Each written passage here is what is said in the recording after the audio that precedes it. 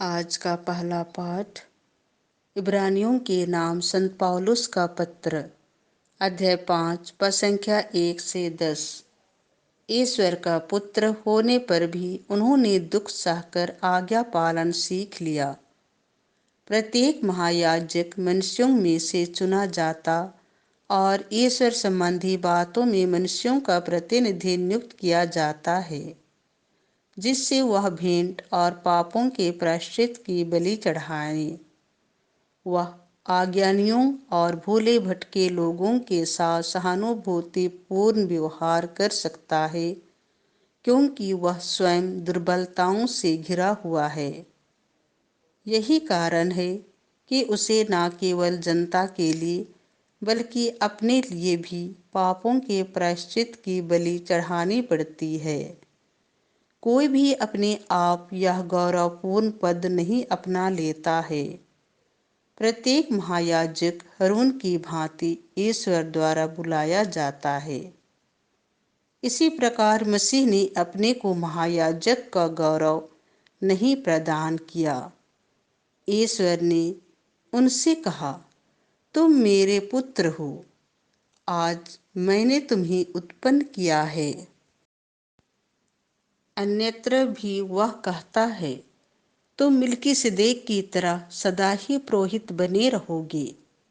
मसीह ने इस पृथ्वी पर रहते समय पुकार पुकार कर और आंसू बहाकर ईश्वर से, जो उन्हें मृत्यु से बचा सकता था, प्रार्थना और अनुनय विनय की।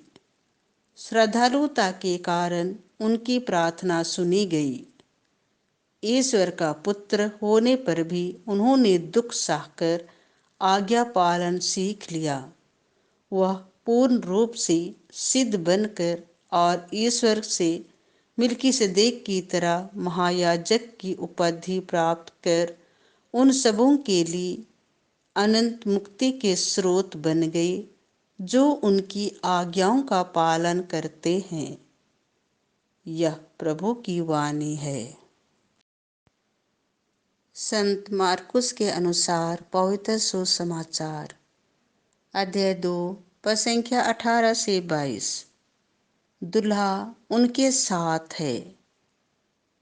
यूहन्ना के शिष्य और फरीसी किसी दिन उपवास कर रहे थे।